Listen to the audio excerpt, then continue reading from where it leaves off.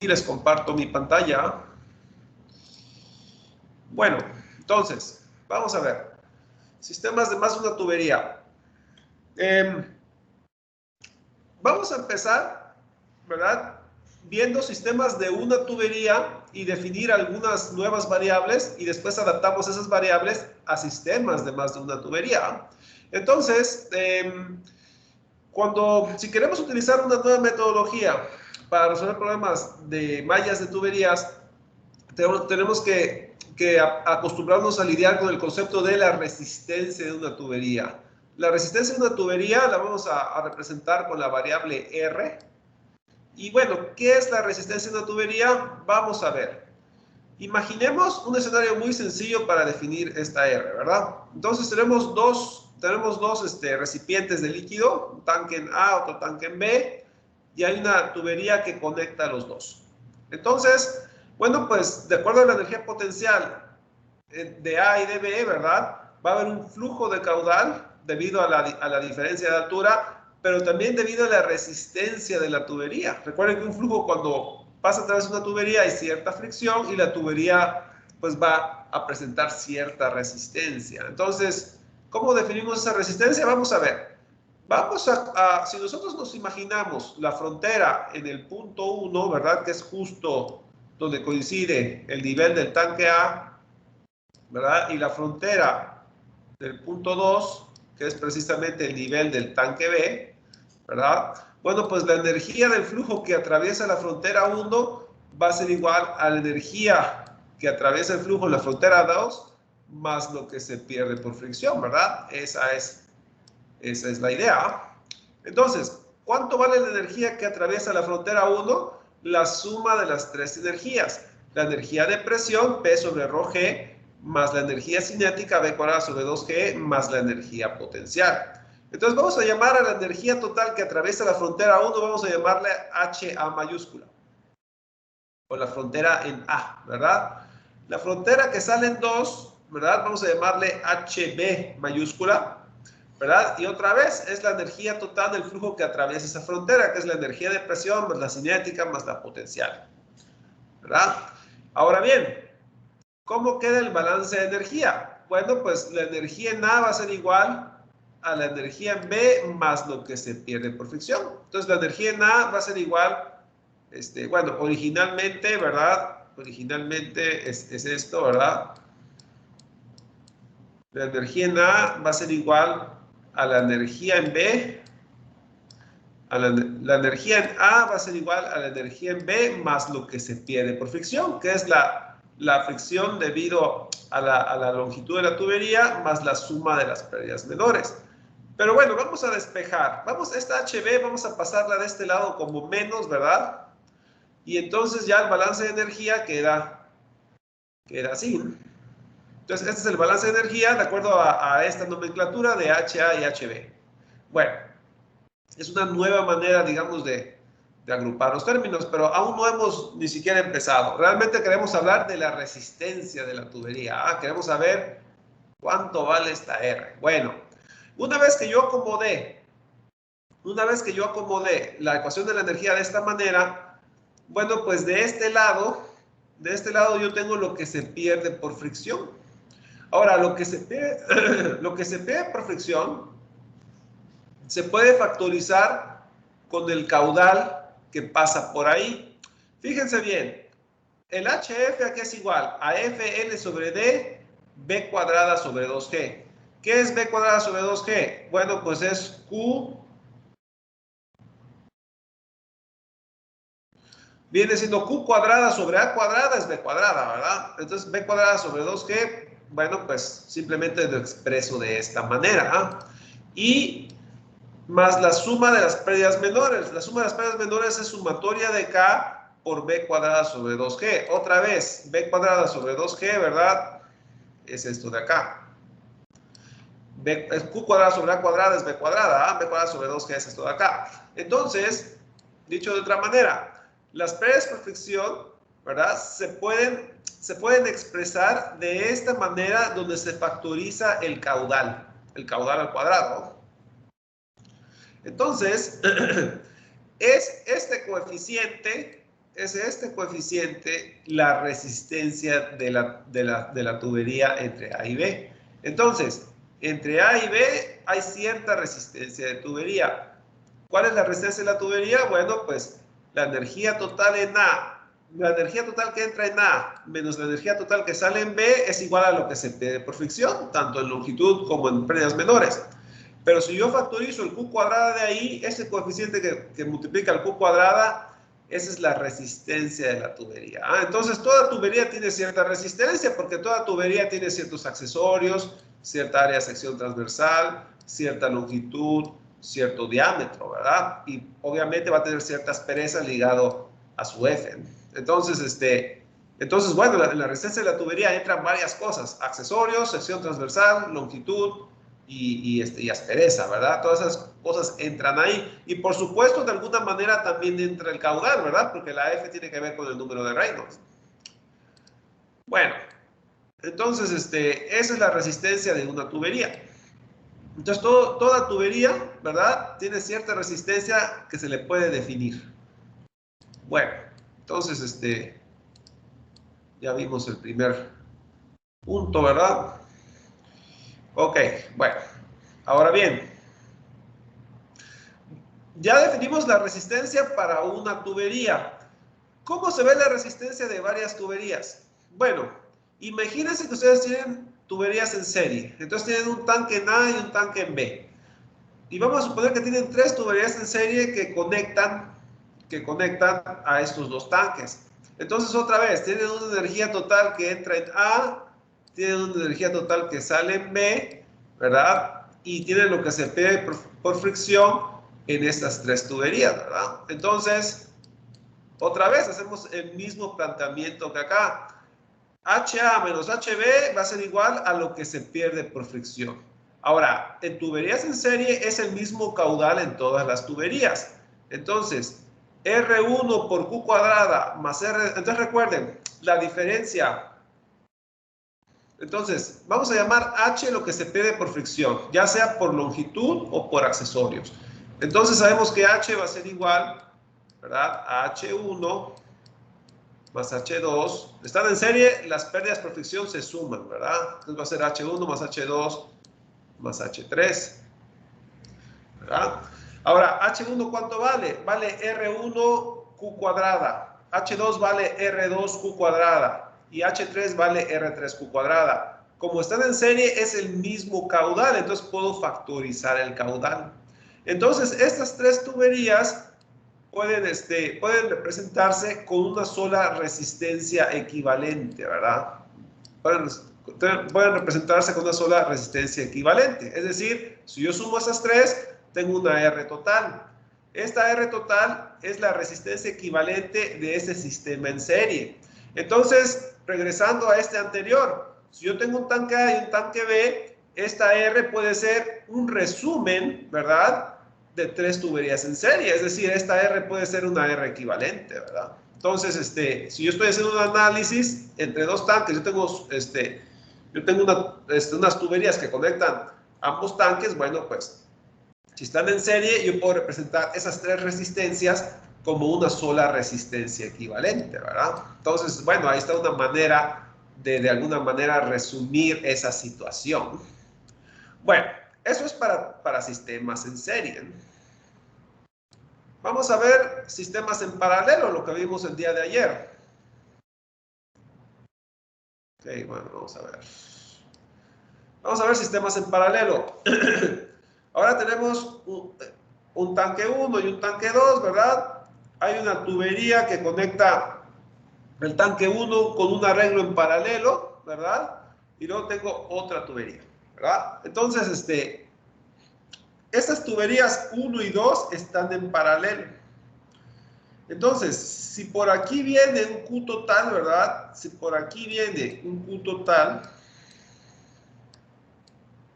¿verdad?, un Q total, entonces el Q total va a ser igual a Q1 más Q2, es decir, este Q total se va a repartir entre esas 2 tuberías de tal manera, ¿verdad?, que las 2 tengan las mismas pérdidas por fricción.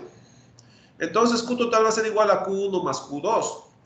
la diferencia de energías entre el nodo A y el nodo B va a ser igual a R1Q1 al cuadrado, pero también puede ser igual a R2Q2 al cuadrado. Recuerden que RQ cuadrada son las pérdidas por fricción. Entonces, las pérdidas por fricción en la tubería 1 es R1Q1 al cuadrado. Las pérdidas por fricción en la tubería 2, R2Q2 al cuadrado. Si estas dos tienen las mismas pérdidas, la diferencia de energía entre A y B es lo que se pierde por fricción. Puede ser cualquiera de las dos expresiones. Entonces, este lado izquierdo, ¿verdad? Este lado izquierdo es igual ya sea a esto o a esto. No importa, las dos valen lo mismo. Claro, cada tubería tiene su propia resistencia, cada tubería tiene su propio caudal. Pero el total de las RQ cuadrada de la tubería 1 y 2 deben de valer lo mismo. No solo eso, Q1 y Q2 se definen de tal manera que su suma es el caudal total. Entonces, no solo eso, aquí yo puedo sacar una resistencia equivalente, porque si yo aquí tengo una R0, ¿verdad? Y yo aquí tengo una R3, por ejemplo, entonces la suma de esta resistencia más esta resistencia va a ser el R, digamos el R equivalente, podría ser el R equivalente de ese arreglo, ¿verdad? Si yo intentara hacer eso. Entonces, bueno, uno ya se puede poner a jugar con todo eso, ¿verdad? Modelarlo de distintas maneras. Pero bueno, así quedan las R's, ¿verdad? Bueno, así queda la ecuación de la energía para este arreglo. Ahora, vamos a hablar de bombas. En toda malla de tuberías, yo puedo tener una bomba pegada a una tubería. Por ejemplo, si hablamos de mallas de tuberías, pues esto vendría siendo una malla, ¿verdad? Vendría siendo una malla, tener un lazo cerrado de tuberías. Entonces, esto podría ser una malla. Ya dentro de poquito vamos a ver qué es una malla, ¿verdad? Pero por ahora se los puedo decir, esto puede formar una malla.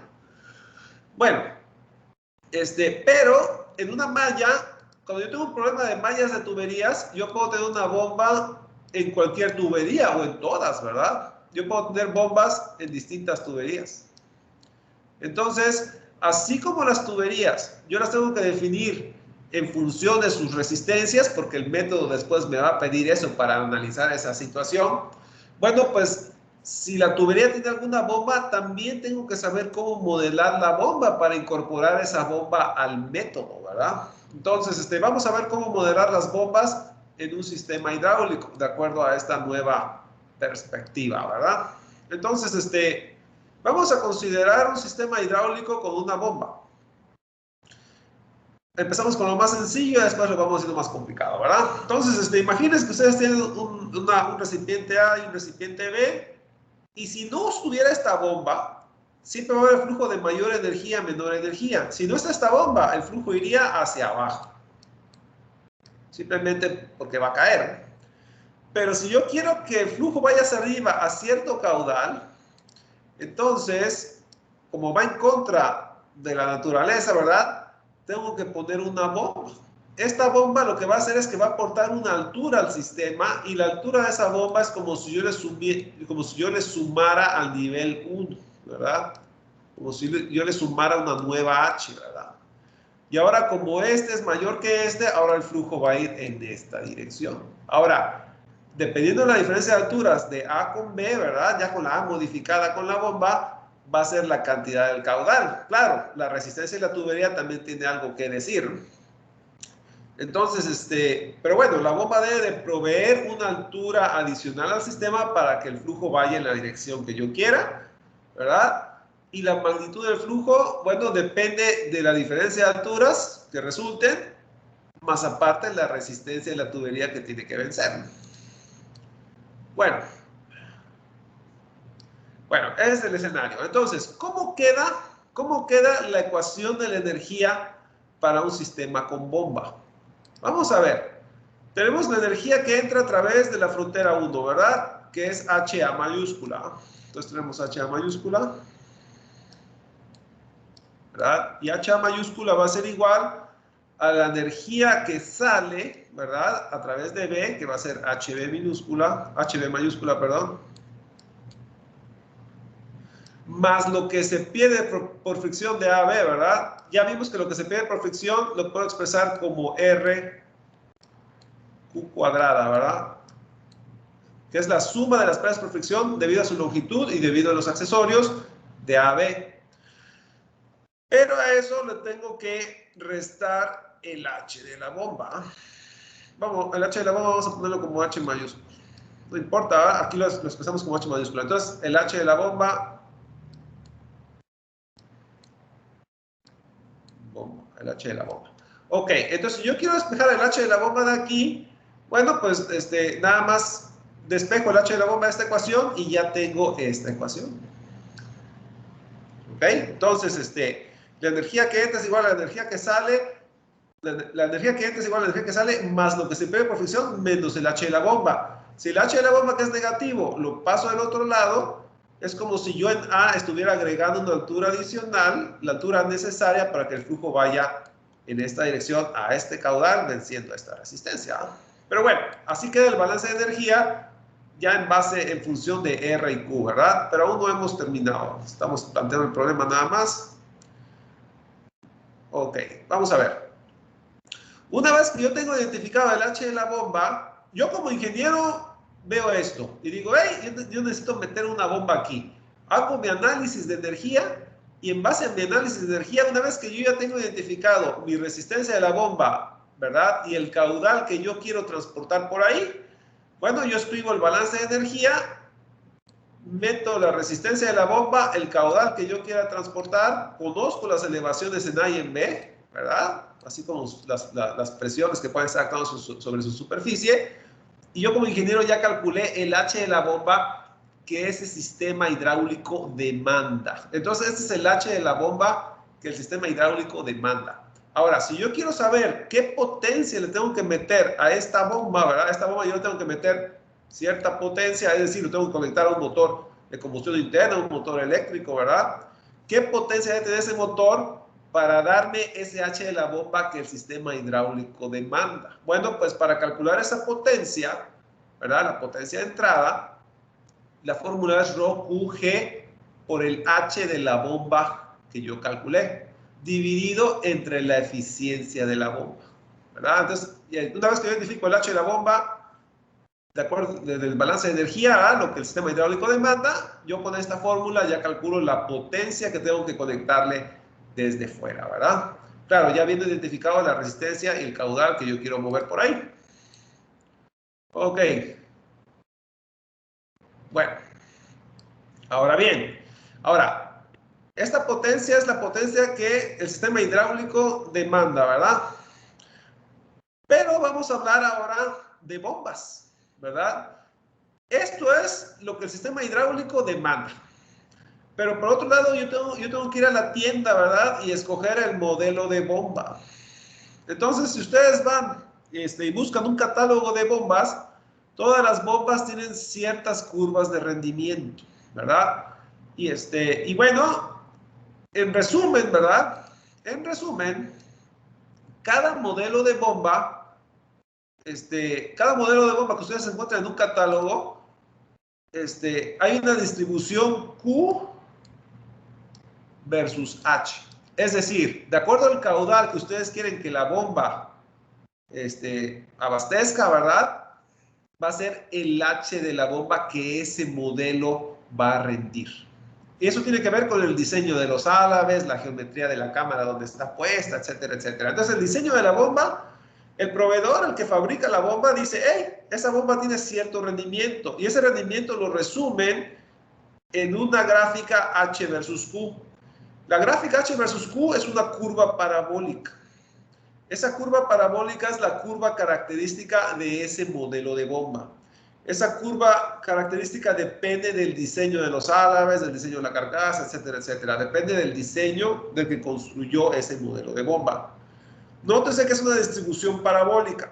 Es decir, cierto modelo de bomba para el caudal que ustedes quieren que esta bomba rinda, va a ser el H de la bomba que ese modelo de bomba va a aportar al sistema, ¿verdad? Es el rendimiento de la bomba. Es la curva característica. Depende del diseño. Esto lo da el fabricante. Por otro lado, el H de la bomba que ustedes calcularon aquí del balance de energía es lo que el sistema hidráulico demanda. Entonces el fabricante dice, hey, para el diseño de la bomba que yo fabriqué, que te estoy vendiendo, el rendimiento es esta parábola. Por otro lado, el sistema hidráulico donde yo voy a instalar la bomba demanda un H de la bomba igual a esto, que es otra parábola. Si se fijan, aquí tengo una constante dada por las elevaciones y las presiones en A y B, más un término en RQ cuadrada. Pero es una parábola. Y esta parábola, si ustedes la grafican, H versus Q, empieza en HB menos HA, que es para un caudal cero, tienen HB menos HA. Entonces, en un caudal cero, empiezan en HB menos HA. Pero luego, ¿verdad? Este H de la bomba crece parabólicamente a partir de ese HB menos HA. Entre más grande sea el caudal, más va a crecer parabólicamente. Entonces, uno como ingeniero dice, bueno, el sistema hidráulico, ¿verdad? El sistema hidráulico me demanda esta parábola. Yo voy al catálogo, ¿verdad? De bombas y el proveedor me dice, hey, este modelo de bomba me da esta curva. Entonces, si ustedes instalan este modelo de bomba en este sistema hidráulico, el rendimiento de esa bomba en ese sistema hidráulico les va a dar la intersección de esas dos parábolas, ¿verdad? Y en la intersección tenemos una Q de operación y una H de operación, ¿verdad? Entonces, esa es la problemática con la que se encuentra un ingeniero, ¿verdad? Identificar lo que demanda el sistema, luego ver, a ver el modelo de bomba qué me aporta y luego tomar la decisión. ¿Qué modelo de bomba voy a instalar en esa instalación hidráulica? Y la intersección me va a dar la operación de esa bomba. Ahora bien, cuando yo trabajo con mallas de tuberías, ¿verdad? Y hay alguna bomba en alguna de esas tuberías, yo tengo que saber cómo meter el modelo de la bomba en ese método.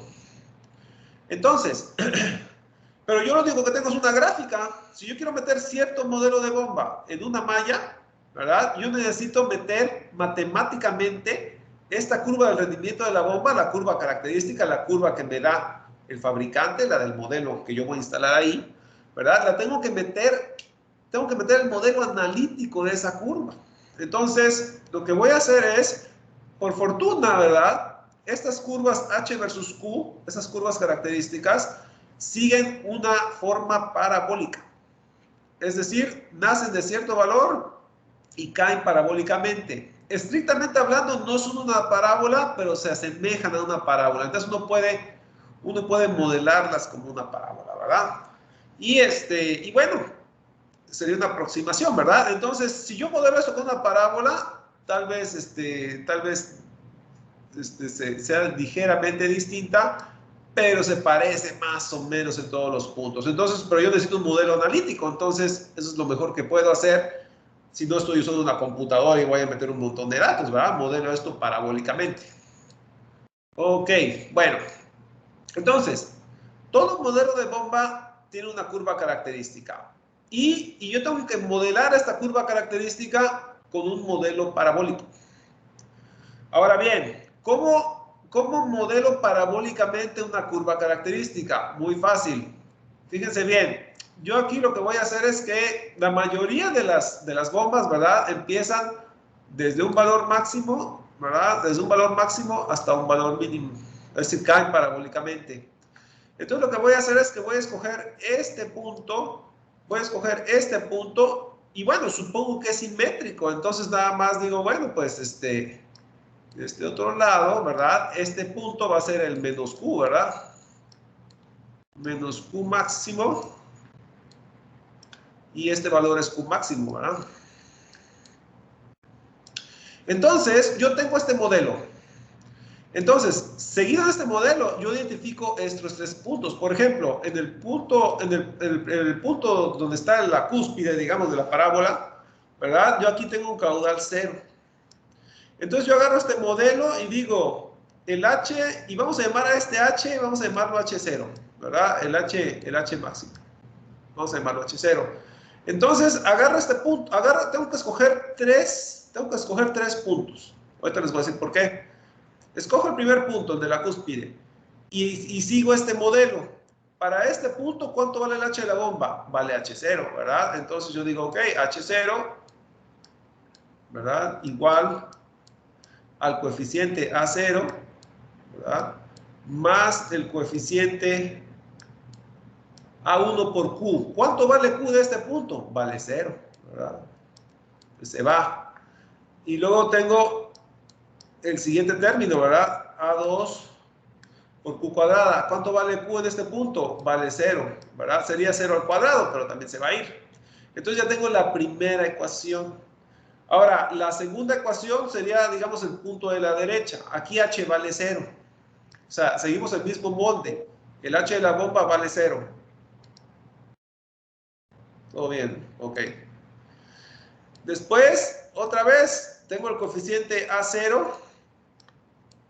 Luego tengo el coeficiente A1 por Q, ¿verdad? Entonces sería A1 por el Q. Aquí sería el Q máximo, ¿verdad? Y luego tendría el último término, que sería A2 por Q máximo al cuadrado, ¿no? Y luego hago lo mismo con el tercer punto, ¿verdad? Sería 0 igual a A0. Aquí sería menos A1 por QM, porque el QM es negativo. Y el último término sería A2 por QM al cuadrado. El menos se va con el cuadrado.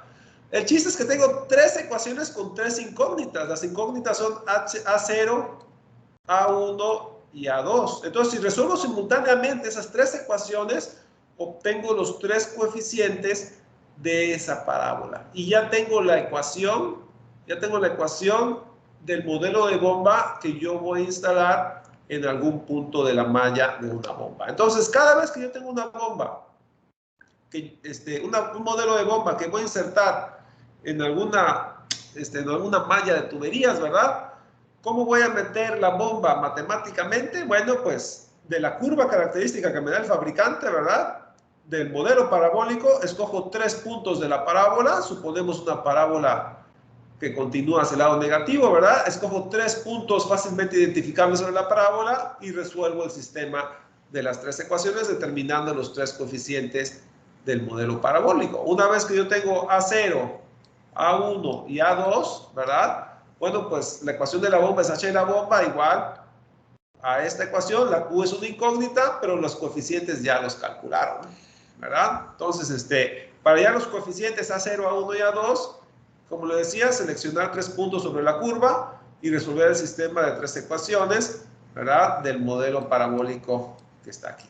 Entonces, esa es la manera de lidiar con bombas, ¿verdad? De meter el modelo matemático de una bomba en sistemas de tuberías. Entonces, el día de hoy, hasta ahorita hemos visto cómo sacar la resistencia de una tubería y ya vimos cómo sacar la ecuación de una bomba que yo podría instalar en una malla de tubería. Son dos cosas que uno tiene que saber antes de empezar a resolver un problema de mallas de tubería. Aquí me aparece una... Pero no hay ningún problema, ¿no? Me aparece una alerta ahí. Ok, ahora sí vamos a hablar de redes de tuberías. Ahora bien, ¿qué es una red de tubería? Vamos a ver. Aquí es un ejemplo de una red de tubería. Yo tengo dos recipientes y los voy a conectar entre sí con una malla de tuberías. Entonces, un problema de redes de tuberías consiste en determinar los sentidos y las magnitudes de los caudales en esa malla, ¿verdad? Entonces, uno tiene que suponer, ¿verdad? En qué sentido agarran los caudales y qué magnitudes tienen. Eso es resolver un problema de mallas de tuberías. Ahora bien,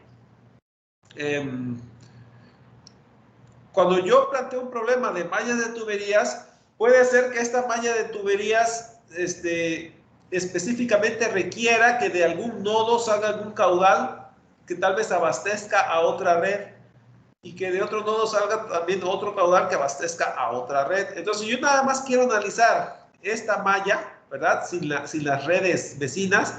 Entonces, yo nada más digo, hey, de este nodo tiene que salir tanto, de este nodo tiene que salir tanto. Entonces, un problema para resolver un problema de mallas de tuberías, ¿qué incluye? Incluye dos recipientes conectados a los extremos de la malla, pero también puede incluir la exigencia o la demanda de algún caudal que tiene que salir de algún nodo. Entonces, dadas las circunstancias de las energías que yo conecto a los extremos de la malla y de los caudales que deben salir de ciertos nodos, cómo se distribuyen los caudales en las tuberías de esa malla, ¿verdad? Ese es un problema de redes de tuberías. Ese es el problema que uno tiene que resolver. Ahora bien, para resolver un problema de tuberías, ¿qué consideraciones hay que hacer? Vamos a ver. Entonces, aquí se los pongo. Para resolver un problema, ¿verdad? Se debe de considerar dos puntos.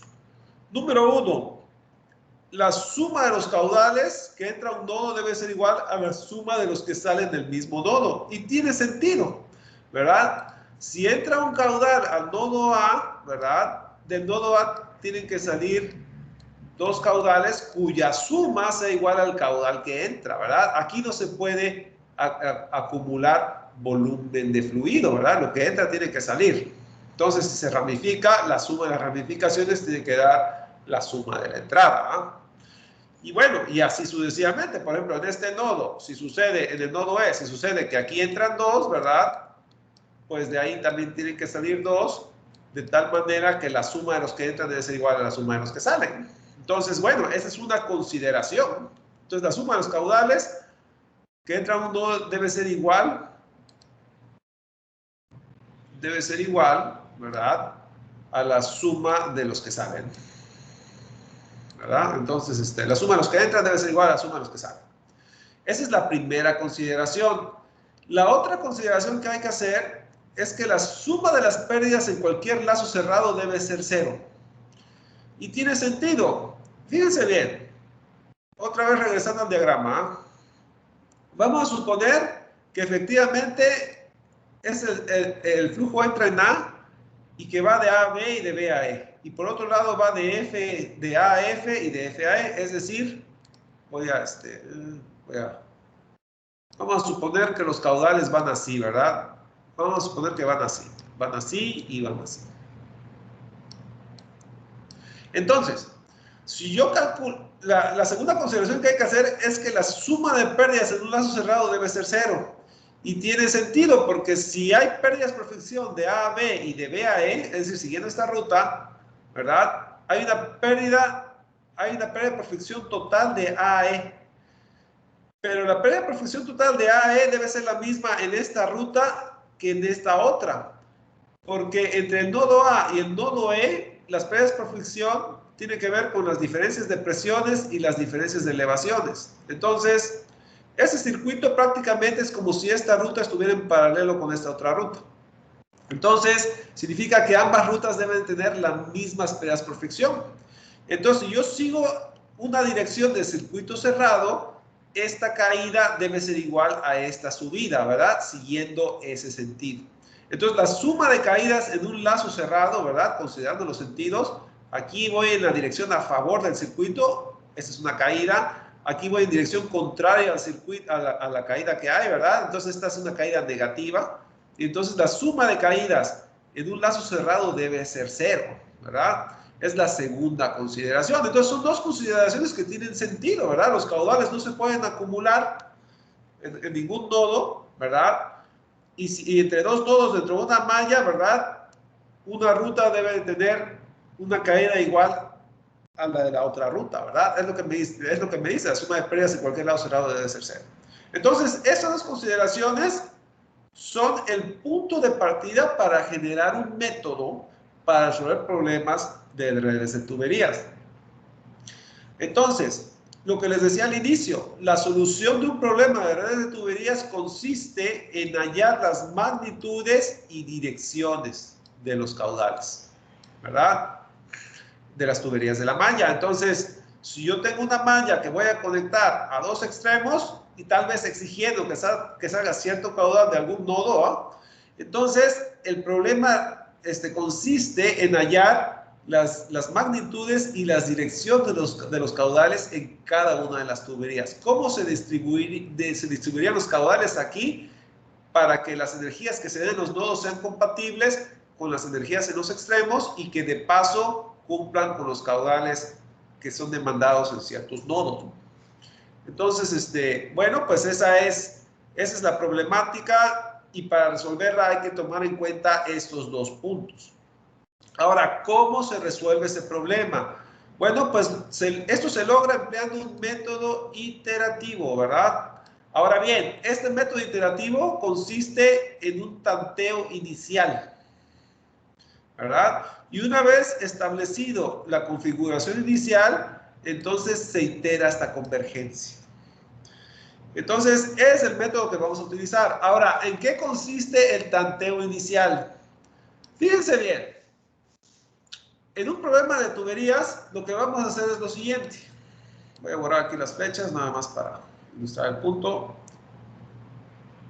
Ok, entonces lo que vamos a hacer es que nosotros vamos a adivinar los caudales. Vamos a proponer una configuración inicial de caudales.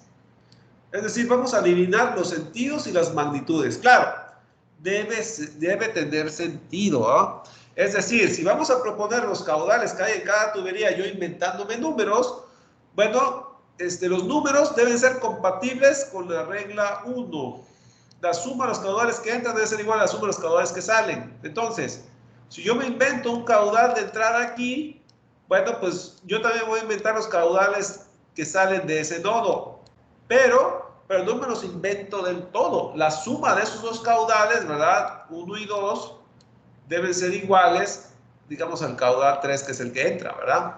Entonces, debo ser congruente, ¿verdad? Ahora, entre más cercanos sean esos caudales a la solución, pues menos veces voy a tener que iterar hasta convergencia, ¿no? Entonces sí se trata de adivinar los caudales iniciales, pero haciendo un estimado inteligente, que ya después les diré cómo hacerlo, ¿verdad?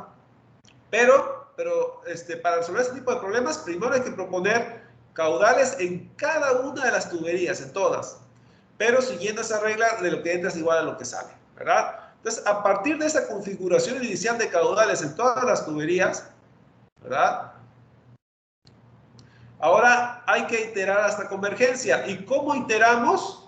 Con el punto número 2. Tenemos que acomodar un método, ¿verdad? Que ya conociendo los caudales en cada tubería, digamos, hey, en cada lazo cerrado, ¿verdad? La suma de caídas por fricción debe ser 0.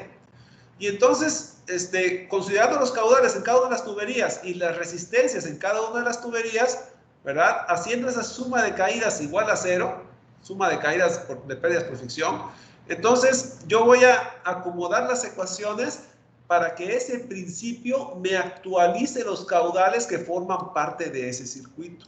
Y ya tengo la configuración de caudales de la siguiente iteración.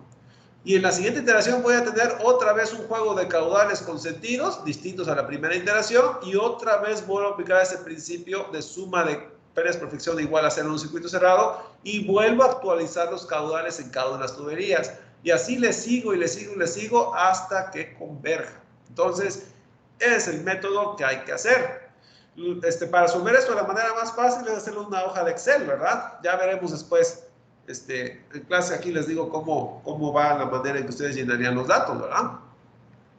Pero bueno, entonces, pero es el método. Ahora, este método empleado, ¿verdad? De proponer un tanteo inicial considerando la suma de caudales que entran igual a la suma de caudales que salen, y luego iterar hasta convergencia considerando la suma de pérdidas en cualquier lazo cerrado igual a 0, a ese método se le conoce como el método Hardy-Cross, porque esos dos individuos colaboraron, ¿verdad?, inventando ese método.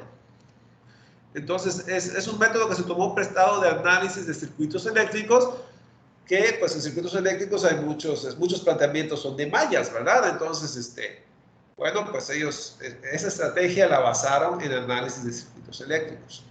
Ahora bien, antes de aplicar este método Hardy-Cross, pues hay que definir cierta nomenclatura, porque el método va a exigir ciertos pasos, y esos pasos, para que queden bien explicados, van a hacer referencia a ciertas situaciones, y esas situaciones pues las vamos a definir con una nomenclatura. Entonces, vamos a ver. Aquí tenemos, voy a borrar aquí porque ya tengo muchas líneas aquí, más líneas nada más confunden. Ok, bueno, vamos a definir primero nodos interiores. Nodos interiores son todos esos puntos que me unen las tuberías de la malla, ¿verdad? pero son puntos donde yo no conozco la energía. Por ejemplo, si a esta malla yo lo conecto a un recipiente X y a un recipiente Y, en X y en Y yo conozco las energías, pero una vez que los flujos empiezan a distribuirse aquí en las tuberías, yo no conozco las energías en los nodos, porque las energías en los nodos dependen de cómo se distribuyen los caudales. Entonces, todos estos nodos de la malla donde yo no sé qué energía les toca, porque todavía no he resuelto el problema, a todos esos nodos se le conocen como nodos interiores. Entonces, en este ejemplo, los nodos interiores serían A, B, C, D, E, F, G, H, I. Todos esos nodos son nodos interiores, ¿verdad? Aquí están. Luego tenemos nodos de grado fijo. Nodos de grado fijo son esos nodos donde yo sí conozco la energía. Y entonces, esos nodos aquí vendrían siendo el nodo X y el nodo Y. Ahora, X y Y son nodos. ¿Por qué? Porque la tubería, esta malla termina en esta tubería, vamos a llamarla tubería 1, y esta malla termina en esta tubería, vamos a llamarla tubería, no sé,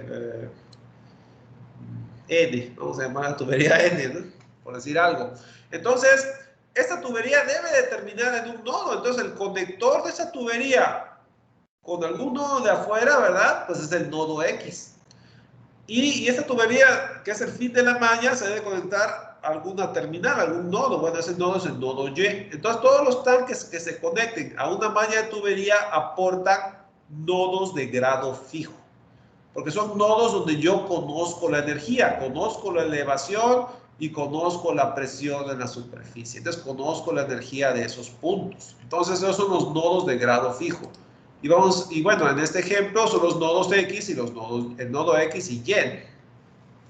Bueno, ok. Entonces, bueno, ahí está en cuanto a nodos, ¿verdad? Ahora vamos a definir circuitos. Los circuitos, hay de dos. Están los circuitos interiores. Los circuitos interiores son lazos cerrados que conectan nodos interiores. Entonces, circuito interior. Los circuitos interiores, ¿qué son? Son circuitos de lazo cerrado que conectan nodos interiores. Entonces, si A, B, E y F son nodos interiores y forman un lazo, bueno, a ese circuito, el circuito A, B, E, F, A, ¿verdad? Este lazo cerrado es un circuito interior, es un circuito formado por nodos interiores. Entonces, todos los nodos interiores van a formar algún circuito. Tenemos el circuito ABEFA, ¿verdad? Que está aquí, ¿verdad? ABEFA. Tenemos este otro circuito aquí, el circuito BCDEB, ¿verdad? Entonces es el que sigue, ¿verdad? BCDEB. Luego tenemos el circuito EDIHE, ¿verdad? Este circuito de aquí abajo, es el del derecho inferior, ¿verdad? Bueno, pues ese también está aquí, ¿verdad? Y por último tenemos este circuito, ¿verdad? El circuito inferior derecho, ¿verdad? FEHGF, este circuito interior. Son todos los circuitos interiores que existen. Entonces es el último, FEHGF, ¿verdad? Ahí están los 4 circuitos identificados. Son todos los circuitos interiores, todos los lados cerrados que forman los nodos interiores. Pero si se fijan, el método dice que una vez que yo propongo los caudales iniciales, tengo que hacer suma de pérdidas en los lazos igual a 0. Pero sucede que esas tuberías que conectan los nodos con los nodos interiores con los nodos de grado fijo, ¿verdad? Yo tengo una tubería aquí y tengo otra tubería aquí que no forman parte de los lazos interiores. ¿Cómo diablos le voy a hacer para calcular los caudales aquí? Deben de pertenecer a algún lazo para que yo le pueda aplicar el mismo principio que le aplique a los nodos interiores. Entonces, lo que se hace es, para lidiar con ese problema, lo que se hace es que se define un pseudocircuito. Un pseudocircuito lo que hace es, ¿verdad? Lo que hace es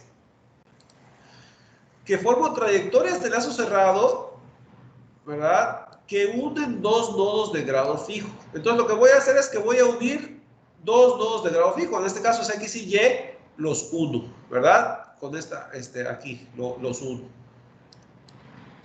¿verdad? Pero yo tengo que formar un lazo cerrado para incluir a esas tuberías que se conectan con esos nodos de grado fijo. Entonces, lo que voy a hacer es que voy a conectar esos dos nodos de grado fijo y luego escojo la ruta de regreso que se me pegue la gana.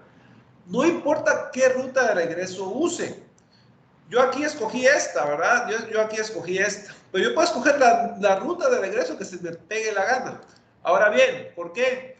Porque lo que yo quiero es formar un lazo cerrado de esos nodos, ¿verdad? Y de regreso para incluir a esas tuberías que están conectadas con esos nodos de grado fijo, con los nodos interiores. Entonces, el hecho de que yo escoja la ruta de regreso que se me pegue la gana, automáticamente voy a tener que pasar por esas tuberías que se conectan hacia afuera.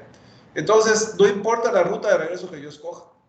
Entonces, el chiste es para incluir esas tuberías en la frontera, ¿verdad? Simplemente hay que conectar los nodos de grado fijo y luego escoger la ruta de regreso que se me pegue la gana. Yo aquí escogí esta ruta de regreso de aquí. Entonces, tengo la ruta XY, ¿verdad? Y luego la ruta YI, DCBAX, ¿verdad? Que es precisamente la que yo puse. Precisamente la que yo puse aquí. Y entonces ya tengo ya todo definido. Tengo definidas todos mis lazos, ¿verdad? Son 4 lazos, son 4 circuitos interiores y un pseudo circuito, ¿verdad? Se llama pseudo circuito porque la ruta XY no es una ruta que exista. Yo me la imaginé nada más para lidiar con esta situación, ¿verdad? Bueno, pues esa es la nomenclatura de redes de tuberías, ¿verdad? Y ya a partir de esa nomenclatura ya estamos listos para empezar a describir el método Hardy-Cross, que es lo que vamos a empezar, mañana es lo que vamos a hacer, mañana vamos a describir en qué consiste el método basándonos en estos principios que ya les dije el día de hoy. Bueno, esta es la clase de hoy, ¿verdad? Voy a subir el archivo a la plataforma. Profe, yo tengo 2 dudas. Sí, dime. Creo que es la segunda página que mostró. Sí. Que era la potencia de entrada de la bomba. Sí. La fórmula. Sí. ¿Es la misma fórmula que hemos visto en los problemas, simplemente que la simplificó? Sí, es la misma. Ok. Es la misma, es la misma. Solo que aquí aquí estamos analizando el problema desde el punto de vista de lo que demanda el circuito hidráulico, ¿verdad? Y después les mostré el problema desde la otra perspectiva. Una vez que yo escojo el modelo, ¿verdad? ¿Cómo cuadra lo que yo escogí contra lo que demandaría el sistema, ¿verdad? Lo ideal es de que, lo ideal, ¿verdad? Es que yo encontré una bomba que me dé exactamente lo que el sistema demande, ¿verdad? Pero en la vida real a lo mejor tal vez no logre exactamente eso, ¿verdad? Entonces, bueno, aquí les puse el otro lado, ¿no? Ok, esa es una duda. ¿Y la otra? Cuando ahorita el último de pseudocircuitos, Ajá. que conectaba, ¿cómo se llama? El punto X y el Y, ¿no? Y de ahí Sí. tiene que regresar para que sea cerrado el lazo, ¿no? Sí. ¿No importa los números de nodos al regreso? No, para nada. Lo único que importa es que del camino de regreso incluye esas tuberías que no fueron incluidas en los circuitos interiores. Y con la ruta de regreso que tú escojas, automáticamente vas a cubrir eso. No importa la ruta de regreso que tú escojas. Por ejemplo, si yo hubiera escogido, no sé, una ruta intermedia por aquí, ¿verdad? De todos modos, hubiese abarcado las tuberías de los extremos. Entonces, no importa la ruta de regreso. El chiste es formar un circuito cerrado conectando los dos nodos de grado fijo. ¿Ok? Ok, profe. ¿Y no afecta que sean más nodos o menos nodos? No, no, porque el chiste es, mira, el chiste, todos los nodos están cubiertos, pero tú lo que quieres es incluir las tuberías. Los nodos los defines para incluir las tuberías. Entonces esos circuitos interiores ya cubrieron todas las tuberías menos las de los extremos. Entonces el hecho de que yo escoja la ruta que se me pegue la gana, no importa el número de nodos, porque lo que importa es que la suma de las caídas de cero, y para que la suma de las caídas de cero, debes de incluir todos los nodos en el camino. Si no, la suma de las caídas no te va a dar 0, ¿no?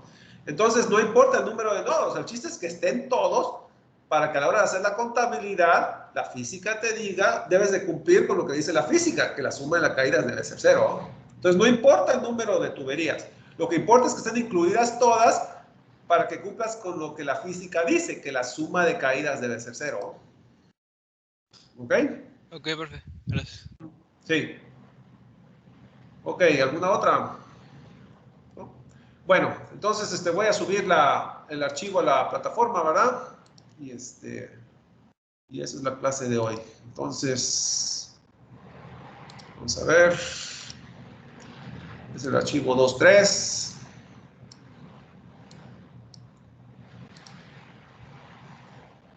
Vamos a checar de que esté todo ahí. Ok. Parece que ahí está todo. Sí, ahí está todo. Ok, perfecto. Entonces, bueno, pues esa es la clase de hoy. Mañana ya describimos cómo es el método Hardy-Cross, específicamente ya con la nomenclatura que definimos el día de hoy. En esencia, estamos cumpliendo con esos dos puntos que les dije. La suma de los caudales que entran igual a la suma de los caudales que salen y la caída de pérdidas en un lazo cerrado, pseudocircuito y circuito interior, todas las pérdidas deben ser 0, ¿verdad? Basándonos en estos principios, se itera hasta convergencia. Mañana vamos a ver ya cómo se hace, ya en paso a paso, de acuerdo a la nomenclatura que definimos el día de hoy. Bueno, entonces esta es la clase de hoy, ¿verdad? Detengo la grabación.